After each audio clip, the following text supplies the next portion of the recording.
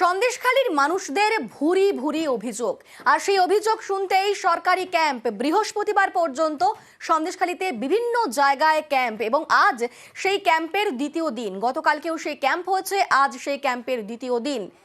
সন্দেশখালীর কর্ণখালী আদিবাসী অবৈতনিক প্রাথমিক বিদ্যালয়, সেখানে কিন্তু বসেছে সেই ক্যাম্প। আর সেই ক্যাম্পে ঠিক কি হচ্ছে, আমাদের সঙ্গে রয়েছেন প্রতিনিধি অমিত। অমিত বলবে, অমিত, কিরকম সেখানে অভিযোগ জমা পড়ছে, কি কি বলছেন গ্রামবাসীরা?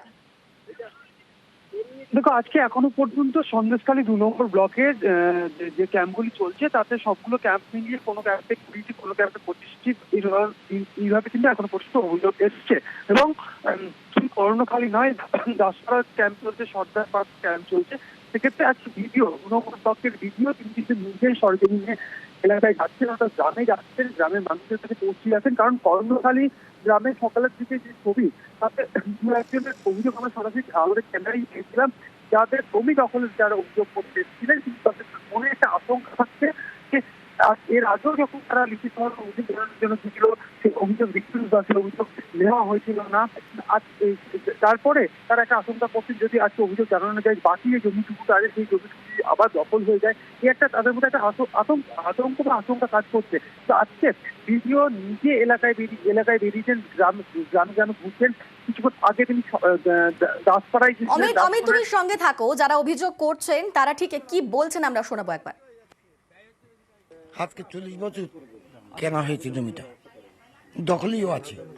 সেই জমিটা আমি আমাদের হাটখোলা সংলগ্ন জমি, সেই জায়গার উপরে জোর করে 3জন পার্টিকে বসিয়ে দিয়েছে পাকা ঘর বেঁধে। কিন্তু তারা পাকা ঘরের বাঁধার আগেই আমরা অবজেকশন দিতাম থানায়, প্লাস বিডিও, এসডিও, এসপি, কিন্তু ওনারা বারণ করেনি। ভয়ে ভয়ে সংক্রান্ত আমরা আর আগাতে পারছি না। হ্যাঁ, আতঙ্ক কাজ করছে আমাদের অনেক কিছু ভয় ত্রাস হতে পারে, আমাদেরকে মেরে দিতে পারে। এখানে জল করে টাকা পাচ্ছি না, তাই জন্য। কি হয়েছিল? ফিশারি। আপনার জমি ছিল? হ্যাঁ, জমি আছে আমাদের 60 জমি, যদি টাকাটা পাওয়া যায়। লিখে দিয়েছেন আগে না তাহলে? লিখেছি, এমনি জল জবর করে ওরা ঘের করেছে। কারা? উত্তম সর্দার। উত্তম সর্দার আপনার জমি জোর করে নিয়ে নিয়েছেন? হ্যাঁ, তখন আর কাগজ সই করতে হয় না।